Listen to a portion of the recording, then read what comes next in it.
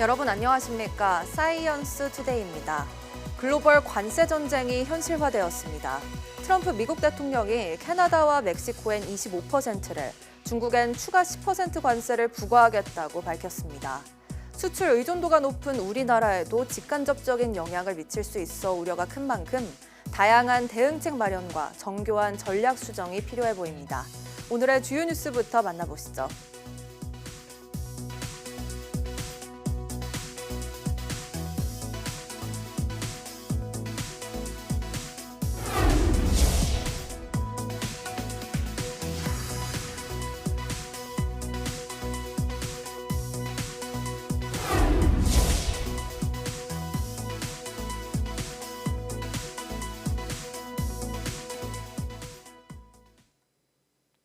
오늘은 평년보다 기온이 뚝 떨어진 추위 속에 절기로는 봄에 들어서는 입춘입니다. 지리산 자락에는 벌써 봄의 전령, 갯벌들이 피었습니다. 박종혁 기자가 보도합니다. 배울 위로 녹지 않은 얼음이 여전히 겨울임을 실감하게 합니다. 그 옆으로 앙증맞게 솜털로 덮인 갯벌들이 눈에 띕니다. 겨울이지만 봄의 전령 갯벌들이 봄 기운을 지니고 찾아온 겁니다. 봄에 들어선다는 입춘. 아이들은 추운 겨울이 가고 어서 봄이 오길 희망합니다. 아빠랑 엄마랑 동생이랑 산책하고 싶어요. 봄이 빨리 왔으면 좋겠어요. 세계문화유산인 남계서원. 입춘 대길, 건양 다경, 한자 한자 정성을 들여 써내려갑니다. 아이들은 진지한 표정으로 입춘첩을 쓰는 선생님의 모습을 지켜봅니다. 봄의 시작과 함께 복된 일이 많길 소망하는 마음을 가득 담아 대문에 붙입니다. 따뜻한 봄 기운과 함께 우리나라의 안정과 국민들이 편안하게 생활할 수 있는 그런 희망적인 시기가 왔으면 좋겠다 하는 그런 마음을 담아서 입춘에 찾아온 한파가 여전히 매섭지만 실개천의 갯벌들이 활짝 핀 것처럼 봄은 서서히 다가오고 있습니다. YTN 박종혁입니다. 입춘 강추위의 강도가 더욱 강해질 것으로 보여 서울 등 내륙에도 한파특보가 확대 발령됐습니다. 서울 동부권과 경기 동부, 강원, 충북 북부와 경북 북부에는 한파경보가, 경기 서부와 충청, 영남, 전북 일부에는 한파주의보가 내려졌습니다. 기상청은 내일과 모레 서울 등 내륙 곳곳의 아침 기온이 영하 12에서 15도 이하로 내려갈 것으로 보인다며 서울을 포함한 수도권 전역과 강원, 충청, 영남, 전북에 한파특보를 확대 발령했다고 밝혔습니다. 발효 시점은 오늘 밤 9시며 서울은 내일 아침 기온이 영하 13도, 체감 온도는 영하 20도까지 낮아질 전망입니다. 그제 화재가 발생한 서울 용산 국립한글박물관에 남은 유물 8만 9천 점은 모두 이송될 예정입니다. 내일은 화재 원인을 밝히기 위한 현장 감식이 이뤄집니다. 표정우 기자가 보도합니다. 화재 당시 국립한글박물관에는 어린 정조가 숙모에게 쓴 편지 등 우리 문화재 8만 9천여 점이 보관돼 있었습니다. 이 가운데 지정문화재 26건, 250여 점은 먼저 국립중앙박물관으로 이송됐습니다. 중요한 유물들이 좀 있는데 중앙박물관 수장고에 안전하게 지금 다 이관이 됐습니다. 그래서 다행히 유물을 보호하기 위한 방화벽과 공조 시스템이 작동하고 있어서 불에 탄 유물은 없는 것으로 확인됐지만 한글박물관은 최소한의 피해도 추가로 발생하지 않도록 남은 유물도 모두 국립중앙박물관으로 옮기기로 했습니다. 박물관 측은 전문가와 함께 소장품들을 이송하기 위한 구체적인 계획을 논의하고 있습니다. 9만 점에 이르는 유물을 모두 옮기는 데에는 한 달 정도의 시간이 필요할 예정입니다. 소방당국도 사고 수습을 위해 심혈을 기울이고 있습니다. 오는 화요일 오전에는 불이 난 이유를 조사하기 위해 현장 감식을 진행합니다. 소방은 공사 현장에서 철근을 자르기 위해 용접 작업을 하다가 불이 났을 가능성을 열어두고 화재 원인을 조사할 방침입니다. 이번 화재로 건물 3층과 4층이 모두 불에 타 박물관 측은 올해 10월로 예정돼 있었던 재개관 일정을 미룰 것으로 보입니다. YTN 표정우입니다. 설 연휴 김해공항에서 이륙 전 화재로 불탄 에어부산 여객기에 대한 합동 감식이 본격적으로 시작됐습니다. 기내 선반에 있던 휴대용 보조 배터리가 화재 원인일 수 있다는 주장이 제기되는데 합동조사반은 모든 가능성을 열어두고 조사한다는 방침입니다. 임형준 기자입니다. 국토교통부 항공철도사고조사위원회와 프랑스 항공사고조사위원회 등으로 구성된 합동조사반이 화재 엿새 만에 에어부산 여객기를 합동 감식합니다. 합동 감식 진행에 앞서 주목받은 점은 여객기에 실려있는 항공유 16톤가량을 빼내느냐였습니다. 추가 화재 우려가 있었기 때문인데 합동조사반은 항공유를 빼내지 않고 감식하기로 했습니다.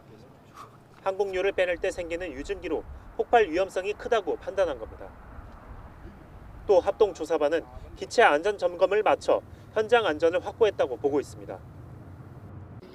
이번 감식의 주요 목적 가운데 하나는 화재 원인 규명. 기내 선반에 있던 휴대용 보조 배터리가 화재 원인으로 조심스럽게 꼽히고 있는 가운데 합동조사반은 화재 원인을 추정하지 않고 모든 가능성을 열어두고 조사한다는 방침입니다. 합동조사반은 감식을 마치면 확보해 놓은 비행 기록 장치와 음성 기록 장치 등을 분석할 계획입니다. 업무상 과실치상 혐의 등을 파악하는 경찰 수사는 합동 감식 이후 시작될 것으로 보입니다. YTN 임영준입니다. 에어부산 항공기 화재 당시 큰 인명피해는 없었지만 대피 과정에서 혼란이 있었다는 지적이 잇따랐습니다. 비행기 화재 때는 짐은 버리고 몸만 탈출하고 특히 승무원의 지시에 잘 따르는 것이 중요하다고 전문가들은 강조합니다. 양동훈 기자가 보도합니다. 지난달 에어부산 항공기 화재 당시 승객과 승무원 모두 비상탈출에 성공했습니다. 큰 인명피해 없이 타박상과 연기 흡입 등 7명이 경상을 입었습니다. 하지만 탈출 과정에서 제대로 된 안내가 없었다는 일부 승객들의 말에 승무원들의 대처가 도마에 올랐습니다. 사람들이 문 열어야 돼, 문 열어야 돼서 그래서 내가 문을 열었거든요. 주위엔 승무원이 없었어요. 탈출하는 방송 자체가 없었어요. 그런데 승객들이 직접 문을 여는 경우 자칫 또 다른 사고가 생길 수 있다는 지적도 나옵니다. 문이 열렸지만 대피용 슬라이드가 제대로 펴지지 않는다면 승객들이 비행기 아래로 추락할 수도 있기 때문입니다. 엔진이 켜져 있는 상황에서 슬라이드가 펼쳐지는 것도 위험합니다. 탈출 미끄럼틀과 같이 엔진에 빨려 들어갈 수 있고요. 엔진 뒷부분으로 내렸을 경우에는 엔진 후류에 의해 가지고 고압의 후류에 의해 가지고 날려갈 수도 있습니다. 또 비상 탈출 시 선반에 있는 짐을 챙기는 것도 위험을 키울 수 있습니다. 자칫 다른 승객들이 대피하는 걸 방해할 수 있는 만큼 짐은 포기하고 몸만 대피해야 한다고 전문가들은 말합니다. 지난 2019년 러시아 모스크바에서 발생한 항공기 화재로 41명이 숨졌는데 일부 승객이 수화물을 꺼내느라 통로를 막아 피해가 커졌다는 지적이 나왔습니다. 캐리어 자체로도 슬라이드가 찢어지거나 다른 손상 입힐 수도 있거든요. 그러면 뒷사람들은 못 내리죠, 그쪽으로. 전문가들은 또 승무원들은 승객을 모두 대피시킨 뒤 마지막에 빠져나가는 책임자들이라며 비상 상황 시 승무원들의 통제에 따르는 것도 중요하다고 강조합니다. YTN 양동훈입니다. 국내 연구진이 한 번 충전으로 약 600km 거리에 서울과 부산을 왕복할 수 있는 전기차용 고성능 건식 배터리 전극을 개발했습니다. 유니스트 에너지 화학공학과 정경민 교수 연구팀은 건식 제조 공정으로 기존보다 5배 두꺼운 배터리 전극을 개발해 약 600km 거리를 주행할 수 있는 고성능 전기차 배터리를 발명해내는 데 성공했다고 밝혔습니다. 연구팀은 이 전극을 전기차 배터리에 적용하면 주행거리를 약 14% 늘릴 수 있다고 설명했습니다. 전극이 두꺼워지면 리튬이온이 이동하는 거리가 늘어나 출력이 떨어지고 충전 속도도 느린 것이 일반적인데 개발한 전극에는 전도성이 높은 다공성 구형 도전제가 들어가 배터리 충전 속도도 빠른 것이 장점입니다. 이번 연구 성과는 국제학술지 에너지 환경과학 표지 논문에 실렸습니다. 일본판 위성 항법 시스템 위성을 탑재한 일본 대형 로켓 H3 5호기 발사가 2일 성공했습니다. 교도통신과 NHK에 따르면 일본 우주항공연구개발기구 작사는 2일 오후 5시 30분쯤 규슈 남부 가고시마현 다네가시마 우주센터에서 H3 5호기를 발사했습니다. 일본판 GPS 위성 미치비키는 로켓에서 분리돼 고도 36,000km 정지 궤도에 투입됩니다. 애초 작사는 전날 로켓을 발사할 예정이었지만 발사장 주변 악천후가 예상되면서 일정을 하루 미뤘습니다. 현재 미치비키는 1에서 4호기가 운용 중이며 이날 발사로 5기로 늘어났습니다.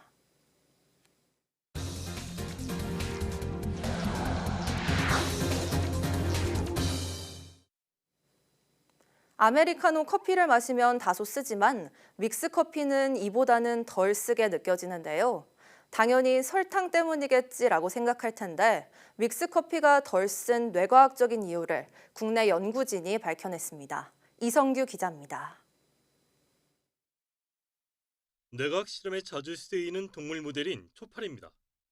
이 초파리는 특별한데 미각신경세포가 빛을 받으면 활성화되도록 유전공학적으로 만들었습니다.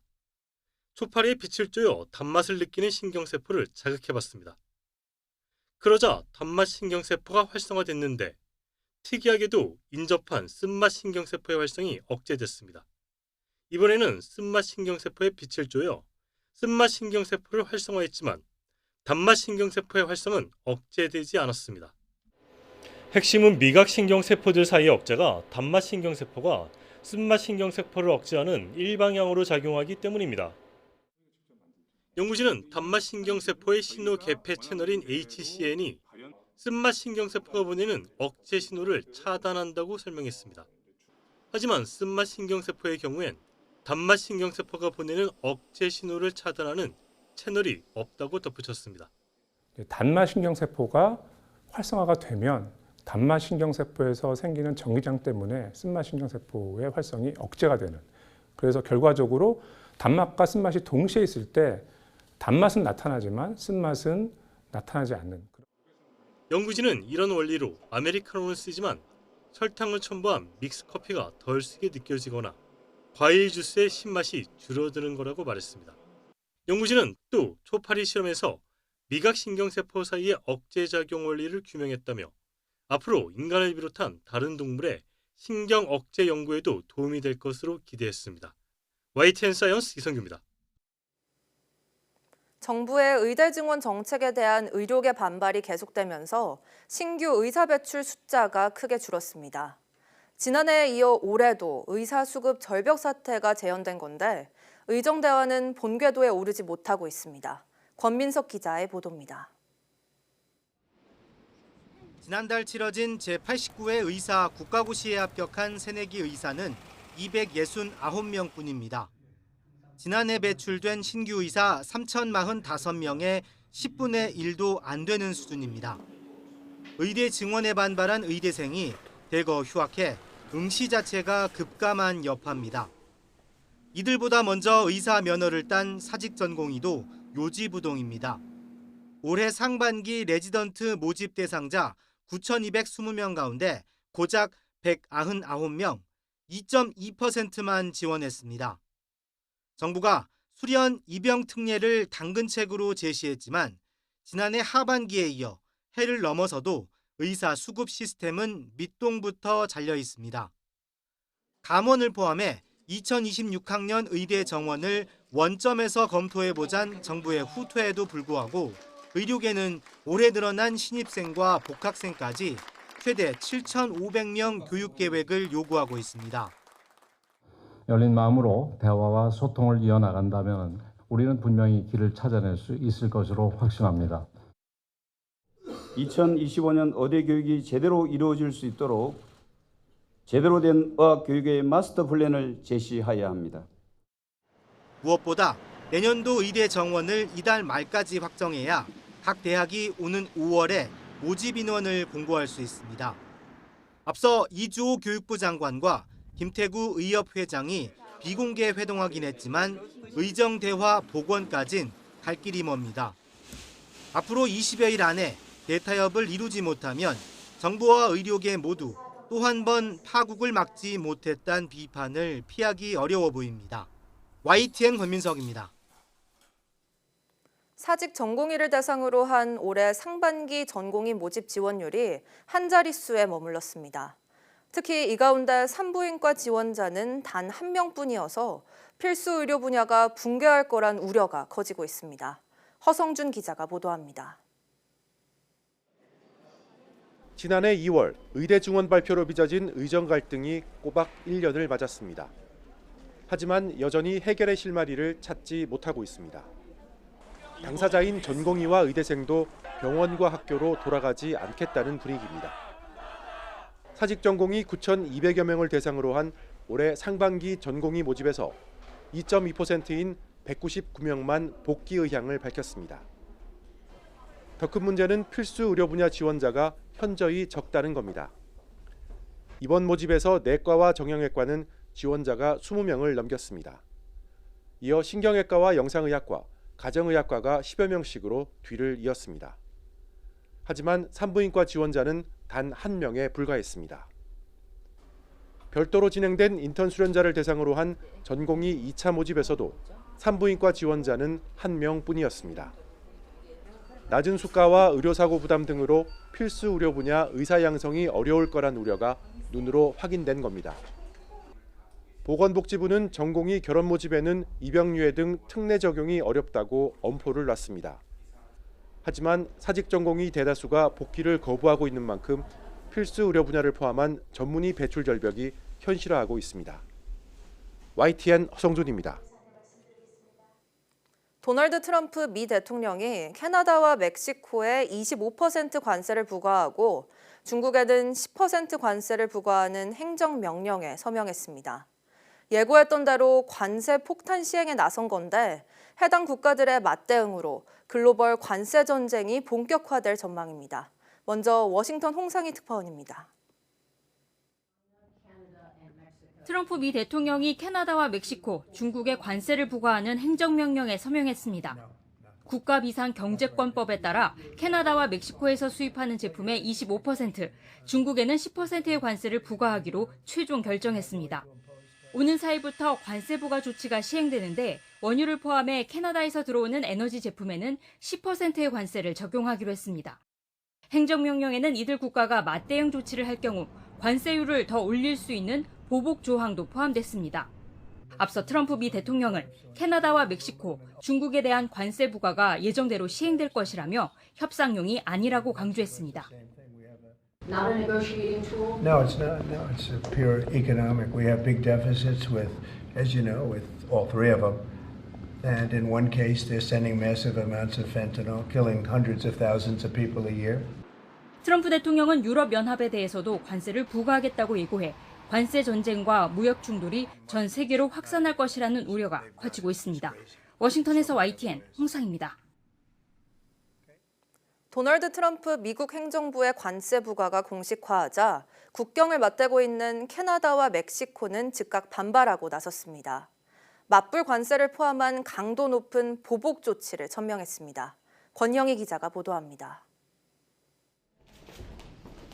크리스틴 트루도 캐나다 총리는 긴급 기자회견을 열고 미국에 대한 강력한 보복 조치를 내놨습니다.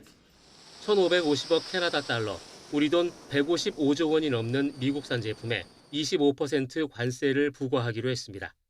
술과 과일, 채소, 의류, 신발 같은 일상용품을 포함한 광범위한 품목을 대상으로 합니다. Major consumer products like household appliances, furniture, and sports equipment, and materials like lumber and plastics, along with much, much more. 캐나다산 제품을 사고 휴가도 국내에서 보내자며 애국심에 호소하기도 했습니다. 미국인들을 향해선 물가가 오르고 일자리가 위험에 빠지게 될 것이며 공장은 문 닫게 될 것이라고 경고했습니다. 클라우디아 쉐인바움 멕시코 대통령도 미국산 제품에 대한 보복 관세를 지시했습니다. 트럼프 대통령이 관세 부과 이유로 든 펜타닐 유입에 대해서도 중상모략이라며 비난했습니다. 멕시코 정부의 마약 단속 실적을 강조하며 오히려 미국이 무차별적인 처방으로 마약을 남용하고 있다고 지적했습니다. 그러면서 마약 거래를 막기 위한 실무 그룹 구성을 제안했습니다. Ayer decía que yo no tengo preocupación porque la economía de México está muy fuerte, muy sólida. Y eso es gracias al pueblo de México, al pueblo trabajador que trabaja todos los días para sacar adelante. 캐나다와 멕시코는 미국과의 다양한 협력 관계를 제한하는 것을 포함해 여러 비관세 조치도 검토하고 있습니다.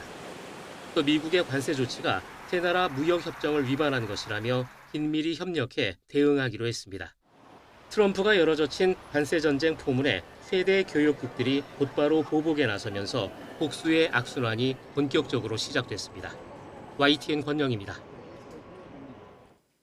도널드 트럼프 미국 대통령이 유럽연합, EU 제품에 대해서도 조만간 관세 부과 계획을 밝힐 것이라고 CNN 등이 보도했습니다. 트럼프 대통령은 현지 시간 2일 밤 미 앤드류스 공군 기지에서 EU에 대한 관세 부과 계획을 묻는 기자들의 질문에 대해 분명 그렇게 될 것이라며 이같이 답했습니다.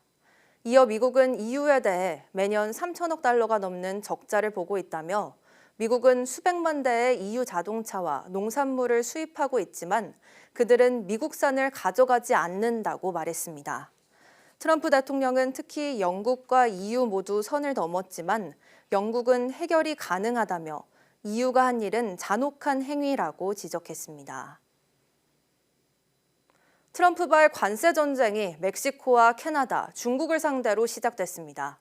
우리나라는 1차 표적은 피했지만 대미 수출 전진기지인 멕시코와 광물 자원이 풍부한 캐나다에 공장을 둔 가전과 차, 배터리 기업 등은 전략 수정이 불가피합니다. 이승은 기자가 보도합니다. 미국과의 접경 도시인 멕시코 티유아나. 삼성전자는 이곳과 케레타로에서 TV와 가전 제품을 생산하고 있습니다. LG전자도 멕시코 레이노사, 몬테레이, 라모스에서 가전과 전장을 생산하고 있습니다. 트럼프가 중국의 우회 수출 통로라며 2위 대미 흑자국 멕시코에 관세 25%를 부과하면서 기업들의 전략 변경이 불가피하게 됐습니다.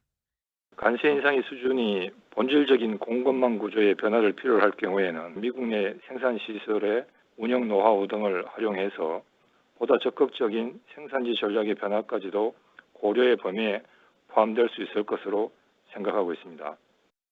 몬테레이에 기아 공장을 둔 현대차 그룹도 공급망 조정으로 피해를 최소화할 방침입니다. 현대차 그룹은 미국 조지아주와 엘라베마 공장 연간 생산량을 118만 대까지 끌어올릴 계획입니다. 북미 최대 핵심 광물 생산지인 캐나다에 진출한 LG 에너지 솔루션, 포스코 퓨처엠, 에코프로비엠 같은 2차 전지 기업도 영향을 받게 됐습니다. 업계 관계자는 우려가 큰 건 사실이지만 다양한 시나리오로 영향을 최소화하기 위해 노력할 것이라고 전했습니다. 트럼프 행정부의 관세 전쟁 1차 목표가 일단 캐나다와 멕시코, 중국으로 특정됐지만 8대 대미 흑자국인 우리나라도 안심하지 못합니다. 전문가들은 제조업 기반이 중국과 겹치고 2023년 대미 투자국 1위인 우리의 강점을 활용해야 한다고 강조합니다. 반도체 이쪽에 이제 미국과 같이 하고 있다는 걸 이제 트럼프한테 알려줄 필요가 있겠고요. 우리가 조선업에 대해서는 강점을 많이 보유하고 있기 때문에 이 부분을 잘 살려가지고 미국과 협력 관계를 구축해 나가는 게 중요하다고 생각합니다. 정부는 미국이 4월 1일까지 무역 관련 종합 방안을 마련할 계획인 만큼 미국 통상정책 라인이 만들어지는 대로 소통 채널을 가동한다는 방침입니다. YTN 이승은입니다.